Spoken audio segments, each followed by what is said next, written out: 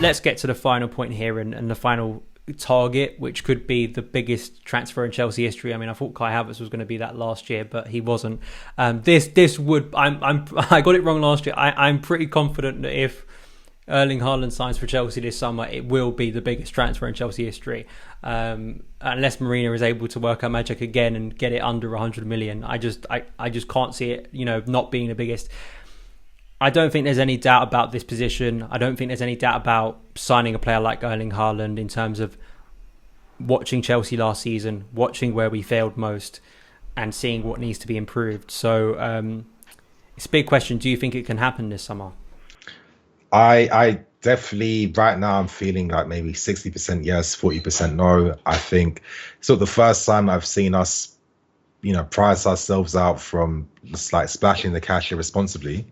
And it's not the first time I've seen us maybe sign other positions and not really just go out for the main one. So, but at the same time, we know that Haaland wants to come. We know that we are a very attractive team right now. And, on paper, the finances are there to get a deal of this nature done. So, let's see how aggressive we're going to be in moving. Talks of maybe personal terms being agreed. I mean, they're normally one of the easiest things that get agreed. I mean, if you're showing interest in him, that's very public. I mean, you go in with the fact knowing, okay, yeah, I'm going to spend a lot of money. And now we can't forget that we tried to keep Hazard. He would have been on 400,000 a week, the wage he's getting at Real Madrid. So, even the nature of destroying our wage budget, is that necessarily the case? I'm not too sure. If other players in the future, like maybe Mount, as he gets older, it's like, actually, you know what? I'm one of the most important guys in the team. I should be earning at least 300,000. That's what you got to do when you're a big club with the best players. It's just, that's the economics of how the game works. So that doesn't bother me. And if things like that do bother the club, then you should be even more like shrewder when it comes to the deals you're doing, which they've shown over many years that sometimes they're not. So for me, the money aspect is not like our money, fan money, even puts a dent in football today. I don't really care, to be honest. This is a guy in the class of your Joao Felix and Mbappe. For me, these are the three guaranteed like next superstar, world class, best of their generation players, and that's why they cost the money they do. So I just think it's a matter of going for it. I'm hoping ideally that there'll be like some smart ways where we can pay the fee off over time, maybe clauses where when Haaland gets his first 30 goals, we pay another 10 million, and that type of stuff. But I do feel like there's definitely a possibility to get this done. I mean, we know Roman he's really cashed out during COVID. FFP's regulations are going down in the mud all the time because big clubs are too powerful and too rich now. So this is a time to really abuse the system and go for Haaland before next season. Situations for clubs like Madrid and Barca could change. Let's say Barca get a new president and he wants to start making some marquee signing projects at Haaland, or you know what I mean. We signed Kai because we were the only ones that could get him. We need to do the same thing for Haaland, and then I think we're kind of set offensively then. If he was to sign for, say, I mean, the sort of reported fee is going upwards of 150 million at the moment, right? It was a question I posed the other day, and it may be just a stupid one to people. What would you expect from 150 million? Because, my expectation for a 50 million forward is pretty high. Considering in 2014 how much the game has changed. In 2014, when we desperately needed a goal scorer, this was a release clause and he was 26 at the time, but Diego Costa was signed for 35 million. And he brought us 2 Premier League titles thanks to his goals. I was thinking about like all the big over 100 million transfers we've seen in recent years, whether it's Neymar, Dembele, Kylian Mbappe. I wonder, like, can you reach that expectation level? Because it's just, I mean, it would be astronomical. I know how ridiculous Haaland has been so far in his career, but the expectation level for that amount of money is, for me, I'm thinking perfect. I'm thinking 40 goals upwards a season. I know that may seem ridiculous, but this would be so much bigger than anything we spent on a player before. I think that's definitely one of those realistic things to always, to think about, because for that type of money, you'd imagine people are like, okay, this guy's going to be getting us 50 goals a season. Yeah, but it doesn't necessarily work like that. Is our system going to produce the opportunities for him? I feel when I see him play for Dortmund, that space there definitely helps. Some of the players playing towards him definitely helps. Are we going to create some of the same things. I think if you have someone like a Ziyech in the team, then he definitely adds to that. I can imagine a 4-3-3 with Ziyech down the right, maybe, you know, Kai playing as that, you know, in the right channel as you know, as a midfield player. You're guaranteed then Haaland's going to get a lot of goals. But I think we're going to be a lot more measured than that. So I think realistically, getting at least, I don't know, I'm going to be realistic. I'd say over 22 goals for the season is more than good enough. I'd say the range that I'd like him to hit though would be between, I don't know, 24 to 32 goals for it to be like, okay, this is a great first year, and then see what happens from there then, to be honest. He is young, and I guess the point would be if we were to sign him for that amount of money, and I know this is something I brought up as a concern before, that how long would he be here for?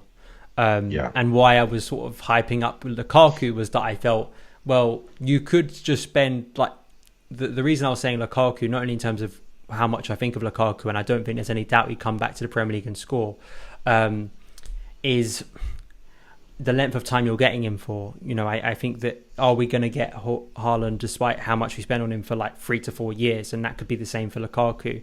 I guess another point that you could bring up is that who's going to, if we spent 150 million on him and he was banging in the goals each year on a pretty incredible rate, who's going to be able to buy him from us? You're right. But to be honest, you know, you'd only ever sell him to another big club. So, you know, the money, you know what I mean? In a sense, it's like everyone's kind of borrowing these big players. If that's how it really is, where he goes. But to be honest, I'm not thinking about signing him, thinking about the day that he leaves. I know we looked at Hazard, but I think Hazard would have stayed if the club was run a bit better at the top, where we had the right managers, the right setups. And there were so many stories of him, you know, not being happy with training under Conte or Sarri, etc., etc. And we never really got the right support for him. Like, and what I always say is that we had Eden Hazard, and not once did we give him a left back to work with since he, you know, for his first time, which is absolutely ridiculous that a big team can have a top 3 player like that and not give him a proper supportive left back who's going to overlap, make space. And, you know, it's no surprise why he became like a one-man army. And, you know, Hazard was even saying, you know, during his time here, a lot of times he was able to walk off the pain or play through the pain, because I guess you're younger, but it catches up to you as you get older, you know, and this is what you do, overstraining unnecessarily. You know, it reminds me of what Luis Campos said when his recruitment is one of the best in the world for a reason. You know, it's like there's a rule he's clocked and realized about how it works, which I feel like I can kind of understand to a sense. And I remember one of his quotes was the fact that you know, in the Premier League a lot of times they don't like to get a fullback for their winger, which is completely right. You know, they don't. There's this thing where it's like, okay, you know, the fullback has to maybe be a bit deeper, not allowed to be too adventurous, otherwise you're going to leave space behind. I don't know, but yeah, you know, getting back to Haaland's, yeah, the money's there. We need to cough it up. And I think, you know, if he was a striker, let's say of a 5-year contract length that he was getting, I don't know, between, 25, 27, 33, 34, you know what I mean? Goals like that, I think that's more than fine. And I don't know, it's weird. I actually think maybe Lukaku and Haaland are like the same type of player. I think that, you know, if Lukaku didn't sign for us and actually went to a Dortmund-sized club when he left Anderlecht, he'd be in a position where every big club is looking to sign him for ridiculous amounts of money. I think that's why Haaland and his team very smart, you know, having Raiola, when you have an agent like that, you know that your career is going to be managed like properly too as well. And, you know, it's all the marketing that like boosts your value up even more to these outrageous levels that we see, where no one should be costing 150 unless you think maybe if you're Messi, you're costing 150. But even now, he'd probably cost double that, which is crazy. So, yeah. I guess, yeah. I don't think anyone would. I mean, it'd be the biggest deal in Chelsea history. I don't think anyone would be moaning about him signing. I just think it's interesting to bring up, right? Because, you know, if he was to sign, I wonder, you'd got to think these conversations would be happening somewhere at Chelsea because of the amount of money you're ploughing in on a striker. And that may be something of concern. So just one final question on Haaland. If we were to sign him, do you think we win the Premier League title? Yes. Simple answer. Yes. I think we would as well. I think that I think Reece James would probably be our biggest assister next season if we were to get a striker, right? It's the one position that I think everyone agrees on. I don't think there's any debate. And whether it's Haaland, whether it's Lukaku, I think it would massively improve the team. Thank you, NiiNii, so much for coming on the channel. Before we do wrap up, I just want to give you the chance not only to chat where people can find your work online, any stuff you're doing over the Euros, and also some Chelsea content.